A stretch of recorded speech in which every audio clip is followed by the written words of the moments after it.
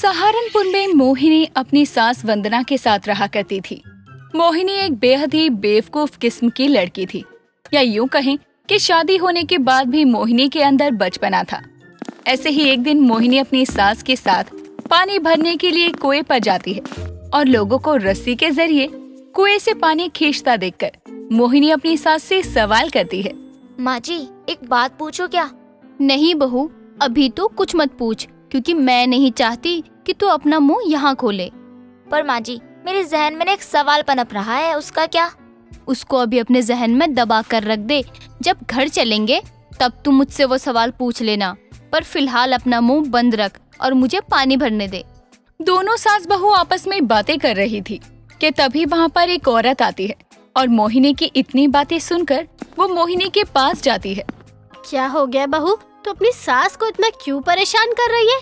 ऐसा भी कौन सा सवाल है जो तू बिना पूछे रह नहीं पा रही? बहन, इससे इसके सवालों को मत पूछो। अगर इसने अपने सवाल शुरू कर दिए ना तो आप जवाब नहीं दे पाओगे। बहू, चल मटका पकड़ के खड़ी हो जा, मैं पानी खींचकर ऊपर जा रही हूँ। अरे कुछ नहीं होगा।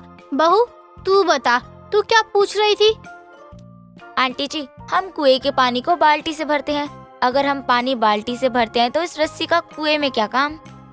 क्योंकि बहू, कुआं बहुत गहरा होता है, उसमें पानी भी बहुत सारा होता है और गहरी चीज में हमारा हाथ नहीं जा सकता, और जब हाथ नहीं जाएगा तो पानी कैसे भरेगा? इसीलिए हम बाल्टी को रस्सी से बांधते हैं और तब पानी खींचते हैं। अच्छा, ऐसी बात है।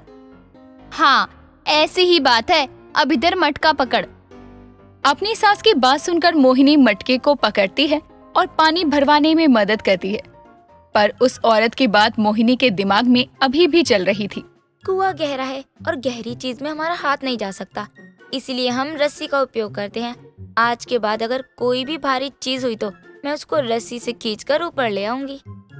मोहिनी ये सब सोच ही रही थी कि इतने में उसके मटके में पानी भर जाता है, जिसके बाद अब वंदना और मोहिनी दोनों ही अपने अपने सर पर पानी का मटका लिए घर की तरफ आ रहे थे। बहू, क्या हो गया? जब से उस बहन ने तुझे कुएं की गहराई के बारे में बताया है तब से तो तू शांति हो गई। हाँ माँ जी, क्योंकि मैं कुछ सोच रही हूँ। माँ जी, एक बात तो बताओ, अगर भारी चीज को हम उठा सकते हैं वो भी रस्सी से, तो क्या ऐसा हो सकता है जैसे मान लो घर में कुछ भारी सामान आया और हम उसको रस्सी से खींच रहे हैं, अगर हम ऐसा करते तो रस्सी टूटेगी तो नहीं ना? नहीं बहू, कुछ भी नहीं टूटेगा। और वैसे भी हमें अपने घर में रखना ही क्या है जिसको हम रस्सी से खींचे। माँ जी, वो कुछ भी हो सकता है ना? दोनों सास बहू आपस में बातें करते हुए अपने घर आ जाती हैं, जिसके बाद वो दोनों मिलकर अपने घर का काम करने लगती हैं। मोहिनी अपने घर के बाहर कपड़े सुखा रही थी तो वहीं वंदना गाय के गोबर के उपले बना रही थी। मोहिनी वंदना अपने घर के बाहर कुछ औरतों के साथ बैठकर बातें कर रही थी।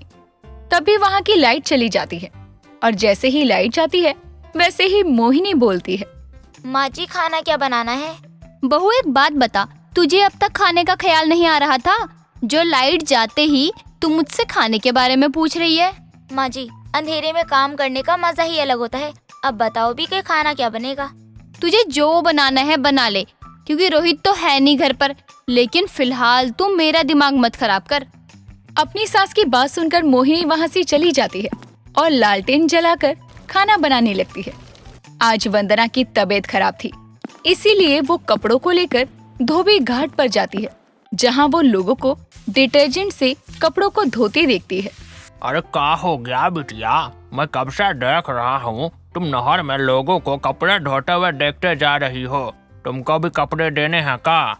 बाबा, मुझे कपड़े देने तो हैं, पर मेरी नजर यहाँ धुल रहे कपड़ों पर अटक गई। अरे कोई बात नहीं बिटिया, तुम एक काम करो, अपना कपड़ा वहाँ पे रख दो और नाम लिखवा लो अपना। ठीक है बाबा, पर क्या मैं आपसे एक बात पूछूं? हाँ हाँ, बोलो ना। जब हम अपने घर में कपड़े धोते हैं या नदी पर लोग कपड़े धोते हैं तो मैंने देखा है कि वो लोग साबुन से कपड़े धोते हैं, पर यहाँ तो डिटर्जेंट से कपड़े क्यों धोते हैं? मेरा मतलब है, आप साबुन का इस्तेमाल क्यों नहीं करते हो? वो इसलिए क्योंकि साबुन से ज्यादा जल्दी कपड़े साफ होते हैं डिटर्जेंट से, और तो डिटर्जेंट से कपड़ों में लगे सारे कीटाणु भी मर जाते हैं। अच्छा, ऐसा है। अब से मैं भी डिटर्जेंट का इस्तेमाल करूंगी। इतना बोलकर अब मोहिनी वहाँ कपड़े रखकर अपने घर आ जाती है और एक डिटर्जेंट खरीदकर उसको अपने हाथों में रखकर निहारती है। डिटर्जेंट से कीटाणु मर जाते हैं और हमारे कपड़े भी कीट रहित हो जाते हैं। जब कपड़ों पर ये इतना असर करता है तो हम इंसानों पर कितना करता होगा। अगर मैं इस डिटर्जेंट को पी लूं तो मेरा शरीर भी कीटाणु रहित हो जाएगा और सभी बीमारियों से लड़ने में सक्षम होगा। एक काम करती हूँ, मैं इस डिटर्जेंट का घोल बनाती हूँ और थोड़ी देर छोड़ देती हूँ इसे। सभी की नजरों से छुपती छुपाती मोहिनी अब डिटर्जेंट को पानी में घोलती है और थोड़ी देर के लिए छोड़ देती है। मोहिनी एक बार फिर अपने रखे डिटर्जेंट के घोल के पास जाती है और उस घोल को पी जाती है। उस डिटर्जेंट के पानी को पीने के बाद मोहिनी को काफी अजीब सा महसूस होता है और वो पूरी तरह वाइब्रेट हो जाती है। पर तभी वंदना अपनी बहू को आवाज लगाती है। मोहिनी बहू, अरे ओ बहू। हाँ माँ जी, अभी आई। जी माँ जी, आपने बुलाया? हाँ बुलाया तो है, पर ये बता कि तेरे मुंह से झाग क्यों निकल रहा है? नहीं मोहिनी, माँ जी को नहीं बताना। अगर तूने माँ जी को बताया तो माँ जी गुस्सा होंगी। पता नहीं माँ जी, लगता है मेरे पेट में ही झाग बन गया है। थोड़ी देर में ठीक हो जाएगा अपने आप। अच्छा कोई बात नहीं, ये बता कपड़े धुलवाने के लिए कहाँ गई थी? माँ जी अपने पुराने अंकल के पास, रघु के बाबा है ना, उनके पास गई थी। चल कोई बात नहीं, मैं अभी नेहा के घर जा रही हूँ, तू घर का ख्याल रखना। पर माँ जी आपकी तो तबीयत खराब है ना। हाँ बहू, पर थोड़ा सा टहल लूंगी तो क्या पता सही हो जाऊं। वंदना अब अपनी पड़ोसन के घर चली जाती है तो वहीं मोहिनी ने डिटर्जेंट का पानी काफी ज्यादा मात्रा में पी लिया था, जिस वजह से अब उसका सर घूमने लगता है और अचानक उसकी आंखों के सामने अंधेरा आ जाता है। अंधेरा होने की वजह से वो बेहोश होकर नीचे गिर जाती है। कुछ देर बाद जब वंदना अपने घर आती है तो वो देखती है कि उसकी बहू जमीन पर गिरी पड़ी है। हे भगवान बहू, ये तुझे क्या हो गया? कोई है, मेरी मदद करो। वंदना की आवाज सुनकर गांव के कुछ लोग वंदना के आंगन में आते हैं और मोहिनी को उठाकर उसके कमरे में ले जाते हैं। वंदना अपनी बहू के चेहरे पर पानी मारती है और उसे होश आता है। मोहिनी को होश आते ही वो उल्टियां करना शुरू कर देती है। बहू, अचानक तुझे क्या हो गया? अभी थोड़ी देर पहले तो तू ठीक थी।